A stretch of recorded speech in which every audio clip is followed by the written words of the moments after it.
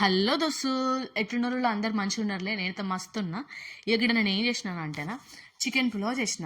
ఇక చికెన్ పులావ్ సూపర్గా ఉంది. స్పైసెస్ తక్కువ వేసేసుకొని పిల్లల కోసం నిజంగా సూపర్ టేస్టీ ఉందండి. ఒకసారి మీ ఇంట్లో కూడా ట్రై చేయండి.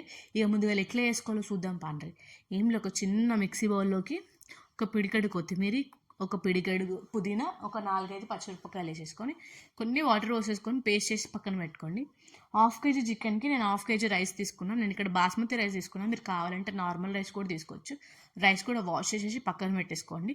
ఇప్పుడు చికెన్ కూడా వాష్ చేసేసి తీసుకొని అందులో ఉప్పు, నేను ఇక్కడ ఓన్లీ కర్రీకి మాత్రం సరిపడ ఉప్పు వేసుకుంటున్నా. రైస్లో మళ్ళీ మనం లాస్ట్కి యాడ్ చేసుకోవాలి. ఉప్పు వేసుకొని కొంచెం జీలకర్ర పొడి, కొంచెం మిరియాల పొడి, కొంచెం గరం మసాలా, పసుపు, అల్లం వెల్లుల్లి పేస్ట్, కారం. నేను కారం తక్కువ తీసుకుంటున్నా. పచ్చిమిరపకాయలు పేస్ట్ చేసుకున్నాం కదా, అందులో ఎక్కువ పచ్చిమిరపకాయలు వేసుకున్నా. కారం వేసుకొని ఇంతకుముందు మనం పేస్ట్ చేసేసుకున్న పేస్ట్, పచ్చిమిర్చి, కొత్తిమీర, పుదీనా పేస్ట్ ఉంది కదా, అది కూడా వేసేసుకొని 1/2 నిమ్మకాయ పిండి వేసుకొని ఒక 2 టీ స్పూన్ల పెరుగు వేసేసుకొని చికెన్కి పట్టిన దాకా మంచి మసాజ్ చేయాలి చికెన్కి. అట్లా మసాజ్ చేసి దాన్ని పక్కకు పెట్టేసుకొని పొయ్యి మీద ఇప్పుడు కుక్కర్ పెట్టేసుకోవాలి. కుక్కర్ పెట్టేసుకొని నేను అందులో 1/2 ఆయిల్ 1/2 నెయ్యి 2 వేసుకున్నాను అనమాట. అట్లా వేసుకుంటే ఒక మంచి ఫ్లేవర్ వస్తుంది, ఆ టేస్ట్ బాగుంటుంది. అందుకే అది ఆఫ్ ఇది ఆఫ్ వేసుకున్నా. మీకు ఒకవేళ నెయ్యి నచ్చకపోతే మొత్తం ఆయిల్తో కూడా చేసుకోవచ్చు. అది వేసేసుకొని అది వేడైపోయిన తర్వాత అందులో ఇప్పుడు బిర్యానాకు, సాజీరా, జీలకర్ర, ఒక్కొక్కటి మాత్రమే గరం మసాలా వేసుకోండి. ఒక లవంగం, ఒక ఇలాచి, కొంచెం దాల్చిన చెక్క, ఒక స్టార్ ఫ్లవర్ వేసేసుకొని వాటిని కూడా మంచి వేయించిన తర్వాత ముందుగానే ఒక ఆనియన్ కట్ చేసి పెట్టుకున్నాను నేను.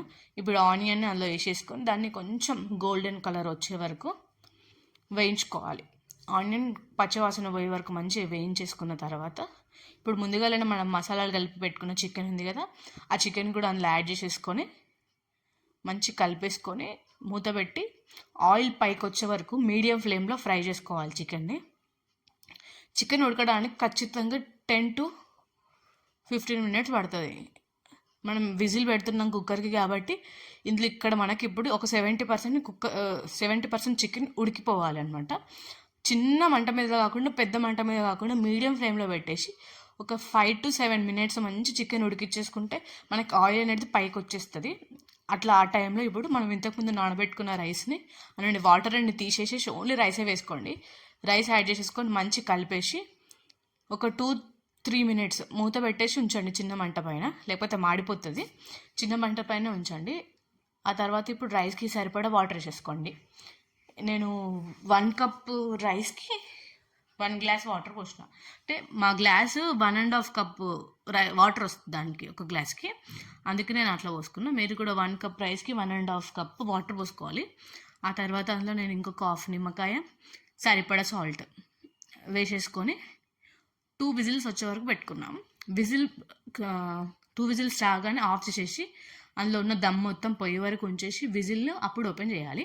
వెంటనే ఓపెన్ చేసి రైస్ అనేది కొంచెం మెత్తగా అయిపోతుంది. అట్లనే మనం అందులో ఉన్న ఆవిరి మొత్తం పొయ్యిలతో ఒత్తిడి చేస్తే మంచిగా ఉంటుంది. రైస్ పొడి లాంటి వస్తుంది అనమాట. అట్లా 2 విజిల్స్ కాగానే ఆఫ్ చేసుకున్నా నేను. టేస్ట్ మాత్రం అద్దరిపోయిందండి. మీరు కూడా ఖచ్చితంగా మీ ఇంట్లో ట్రై చేసి ఎట్లుందో నాకు కామెంట్ చేయరు. అట్లనే ప్లీజ్ నా ఛానల్ని సబ్స్క్రైబ్ కూడా చేసుకోండి.